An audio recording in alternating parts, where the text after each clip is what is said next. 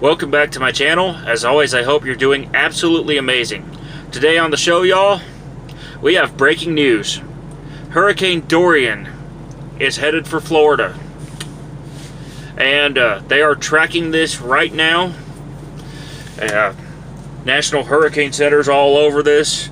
So what I want you to know is how this is going to affect you as a trucker if you are in that area. And what happens if a hurricane hits the mainland in terms of trucker regulations and hours of service rules. Stay tuned.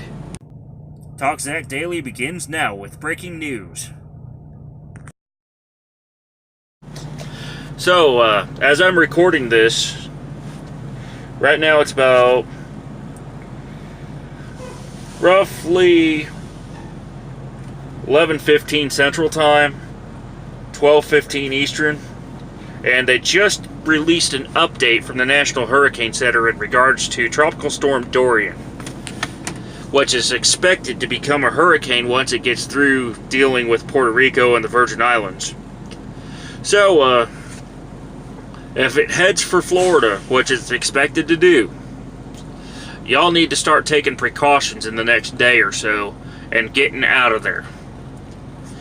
Because on your way out of Florida, you are going to run into traffic jams, mass evacuations, and many other things that normally go along with a hurricane.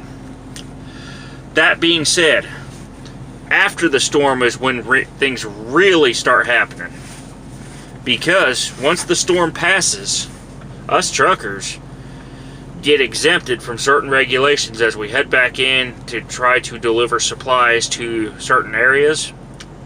So for example, if let's say Miami gets hit, and I'm just using Miami as an example,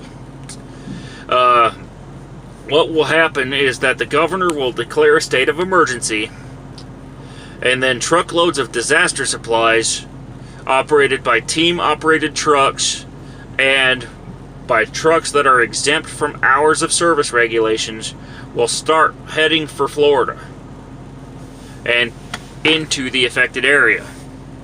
They'll have distribution centers set up in parking lots and other places where near and close to where the damage is.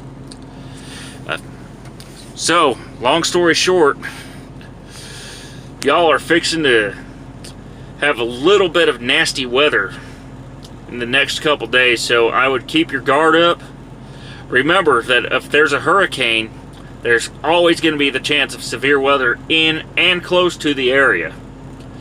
So, if that hurricane crosses Florida, for example, and then turns towards Louisiana like Andrew did in '92, then things are going to change very rapidly. There's going to be a very severe side to this system, perhaps on the northeast quadrant, once it does make landfall. And usually these storms bring a lot of heavy rain and road closures as well. So just stay informed, keep your weather radios on or your apps opened up when you're safely stopped, of course. And until next time, make your next trip your best trip, and may I invite you to take a road trip or a vacation while the storm is affecting that area. Bye for now.